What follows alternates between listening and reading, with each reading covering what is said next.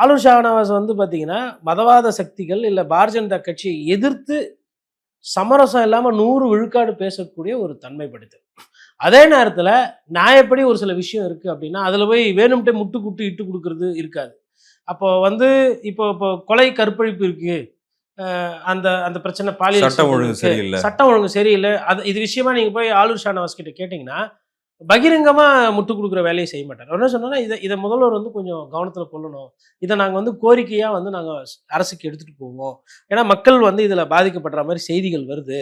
அப்போ மக்கள பாதுகாக்கிறதுக்கு இந்த அரசு நெறைய முடிவுகள் எடுத்திருக்கு. நெறைய நடவடிக்கை எடுத்திருக்கு. அந்த வரிசையில இதை எவ்வளவு சீக்கிரமா இது சரி செய்ய முடியுமோ, அத வேலைய வந்து விசிக பார்க்கும் அப்படின்னு சொல்லி, அந்த அந்த சிச்சுவேஷன ஹேண்டில் பண்ணக்கூடிய தன்மை படைத்தவர் ஆளுர் ஷானவாஸ். இன்னொன்னு சொல்லணும்னா, கண்ணியமான வார்த்தைக்கு சொந்தக்காரர் ஆளுர் ஷானவாஸ். நல்ல தமிழ், நல்ல சிந்தனை.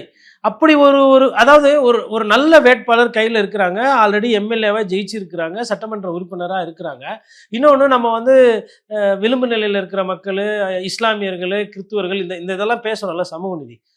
ஆளுர் ஷானவாஸ் மேல என்ன தப்பு இருக்கு? எதனா கட்ட பஞ்சாயத்து பண்ணாரா? மணல் குவாரி கொடுத்த தொகுதியில 2 பொது தொகுதி கொடுத்திருக்காங்க விசிகாக்கு.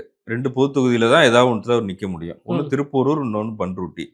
அப்ப அங்க வெற்றி வாய்ப்பு கிடைக்காம போயிடும். அந்த காரணத்தினால கூட அது நடந்திருக்கலாம்ல. இல்ல பண்ருட்டில இப்ப என்ன பிரச்சனை?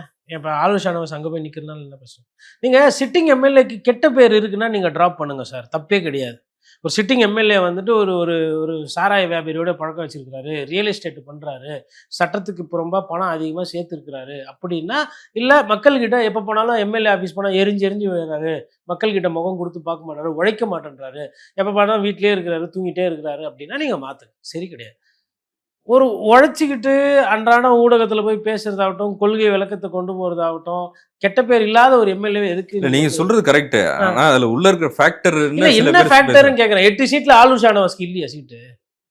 சார் என்னோட பிரச்சனை இல்ல. அவர் ஒரு இஸ்லாமியர், ஓட்டு சதவீதம் சார் பாப்பாங்க. சார் நான் என்ன கேக்குறேன், மனிதநேய மக்கள் கட்சி, முஸ்லிம் லீக், கமல் எல்லாம் நீங்க சப்ஜெக்ட்லயே சேர்த்துக்காதீங்க. இல்ல சார், மக்கள் கட்சி சொல்லுங்க. மனிதநேய மக்கள் கட்சி, முஸ்லிம் லீக், அப்புறம் தமிழ் அன்சாரி இருக்காரு, அப்புறம் எஸ்டிபி இருக்காங்க.